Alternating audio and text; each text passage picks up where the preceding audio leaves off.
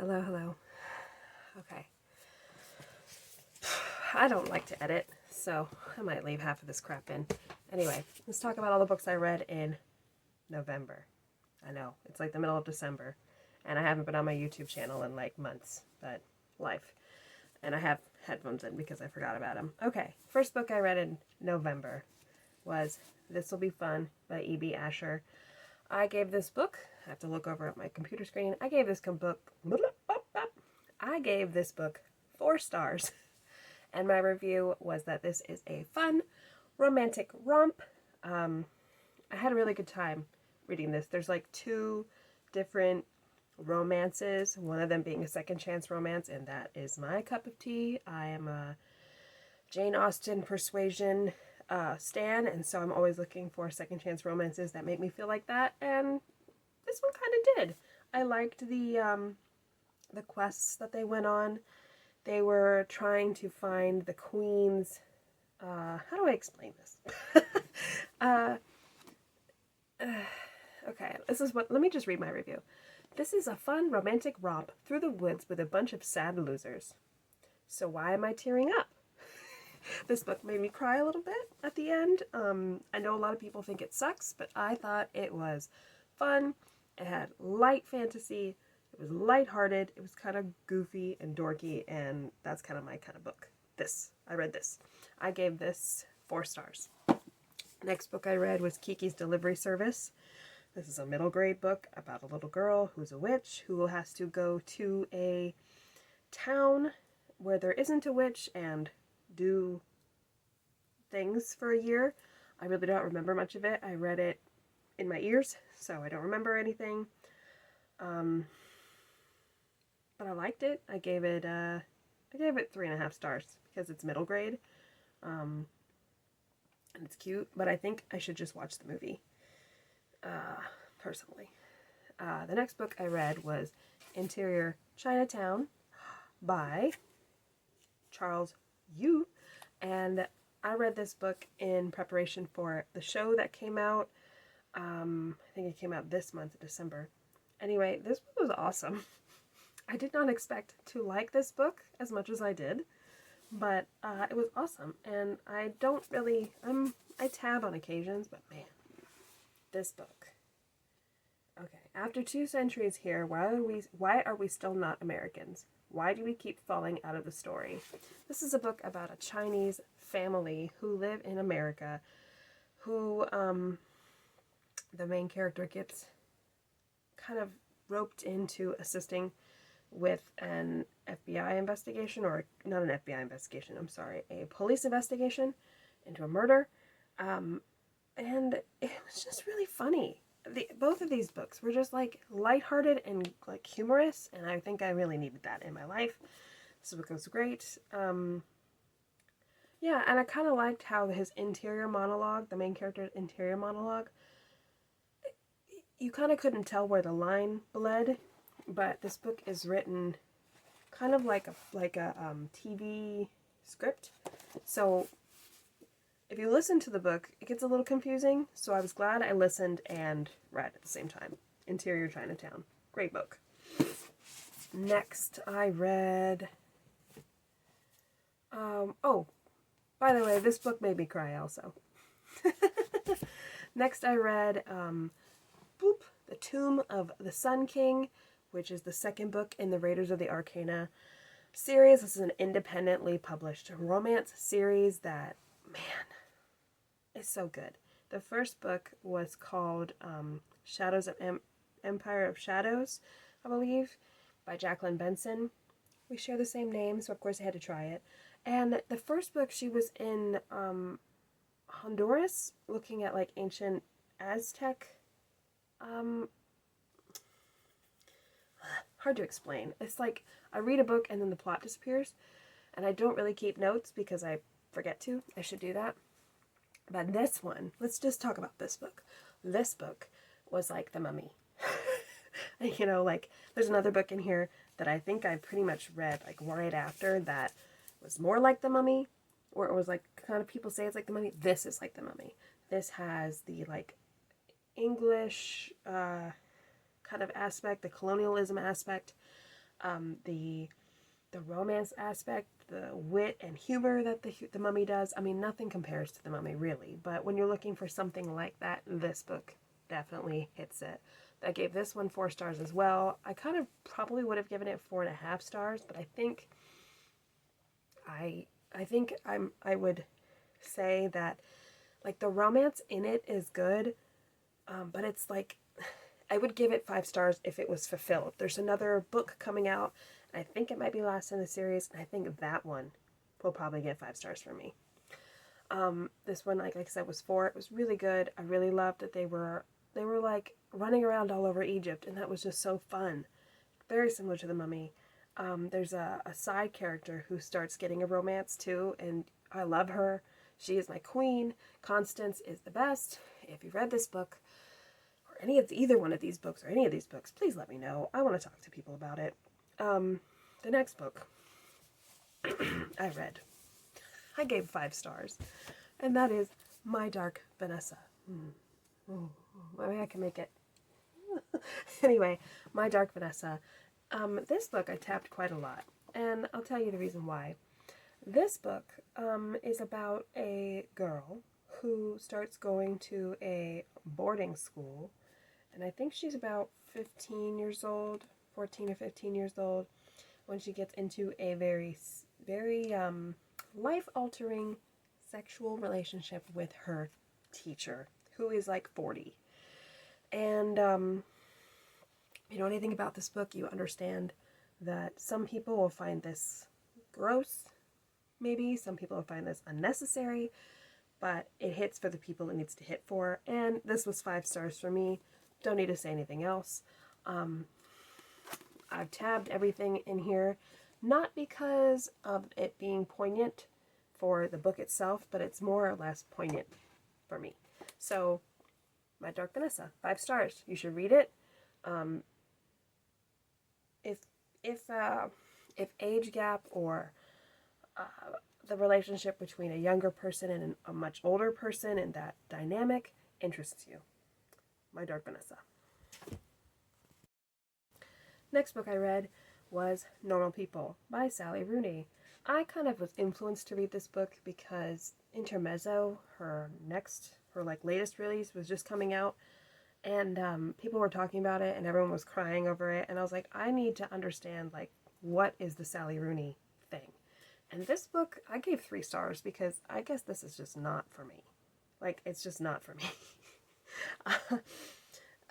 It's basically a book about 2 people who grow up in a small town and they like are in a secret relationship, sort of, and then they get older and then the book just ends. Like, nothing happens. It's mostly a character study, and while like I like that, I kind of like something to happen. It's the same reason why I'm not really super into cozy fantasy with like no plot. Is because I just need something to sink my teeth into, to grab onto, to enjoy it. And what did I say? Basically, I said the lack of quotations. Oh, the lack of quotations in this book. Ugh. Okay, Sally Rooney, I get it, but it comes off as pretentious to me, and maybe that's me. You know, I get it if you don't mind it. I just, different strokes for different folks, I guess. Not for me. And I also like the amount of awards on the back of this book. Like, this is a list of all the awards that this book got, and I'm kind of like, why? Like, what does this do? What did this do for society? I don't know. That's Normal People by Sally Rooney. The next book I read was the end of a duology called Where the Library Hides. Yay! Another kind of Egyptian mythology type book. And this one I actually gave 4.5 stars. And I definitely see people's problems with this series, of how the colonialism is mentioned, and kind of like, the thing about Egypt is that the British came and basically started using, Egypt as a place to kind of just mine for entertainment and retreat, and then also like the magical, mystical artifacts of it. They really just kind of made it basically, how do you describe, what's the word? Sucked it dry. And yet this book kind of says all of that while also saying Egypt is beautiful or Cairo is beautiful because of all of the European architecture. Well, you can't have one and the other. Also, that this is a YA book, but this is not written with YA kind of in mind. Like, the romance is very YA, the story itself is very surface in terms of like what it doesn't have like deep philosophical things to say. It's a romance adventure, but then it'll use the F word like 10 times, and it kind of has this you can't really tell, you know, is this YA, is it not? However, I enjoyed it. So I gave it 4.5 stars. I said, I was hooked from the first page. Very true. Easy to sell for me. I'm very easy to please when it comes to that. Yeah, and there was twists and turns and lots of betrayals, as you expect, and I enjoyed myself, and what are books for if not entertainment? There were The Library Heights by Isabel Ibanez. I'm going to say Ibanez. 2 more books I read. Sorry, I'm just trying to make sure I know exactly what the book I did. I read Daughter of the Forest by Juliette Marillier. Trigger warning for on-page RAPE, or grape juice, as you even like to call it. Trigger warning. However, this book is beautiful, magical, wonderfully written. I did cry at the end, so there you go. And I started reading and notating stuff and like highlighting and everything. But then I just kind of gave up and started listening, because I did put it down for like several months.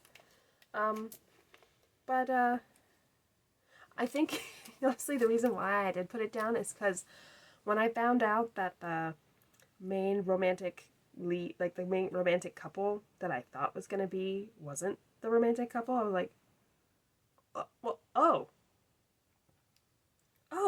you know, when you read a romance book, you meet your main couple, each individually or whatever, and you go, okay, well, I can't just wait to see how they get to where they're going. And I basically read 2 books. One where there's a romance and then it ends. And then there's another romance. So, I don't know, it was a little jarring, but I had to put it down and kind of reevaluate why I was reading this, what I was going to get out of reading this, etc., etc. This is called YA. It's not. This is definitely like, I think this book is much older, too.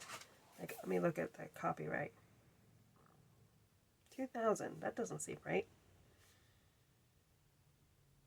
Yeah, 2000, I guess. So a little bit before the swift uptake of like Harry Potter and Twilight and like what YA really is. So does this call YA? I would call it maybe like new adult, but the character is very young in the beginning of this book. And like I said, there is on-page graphic depictions of things, and it didn't bother me because it doesn't bother me, but I guess it could bother some people because it does kind of happen out of nowhere, and you really do feel like the character feels. You literally, the author puts you in the shoes of the character. It's unexpected, you don't see it coming at all. So, and then the rest of the book is kind of her dealing with that, as well as dealing with everything else she's got going on. So, this one I gave 4 stars, only because I'm a much more of I give stars for how I feel, for feels. And this one, while it did make me cry and I did like it, I was kind of near the end, I was like, okay, just get it over with. I felt like maybe we could have ended it a little bit earlier, but all in all, I think this is a really great book. I definitely think I should revisit this book maybe a couple of years from now and, you know, kind of reevaluate it at that point. But I have so many other books to read that I can't even think about rereading stuff. The only book I can reread is Jane Austen. That's pretty much it right now. And the last book I read this month was Monstrous Nights. The end of the, what is it called? The Compendium of Monsters by Genoveva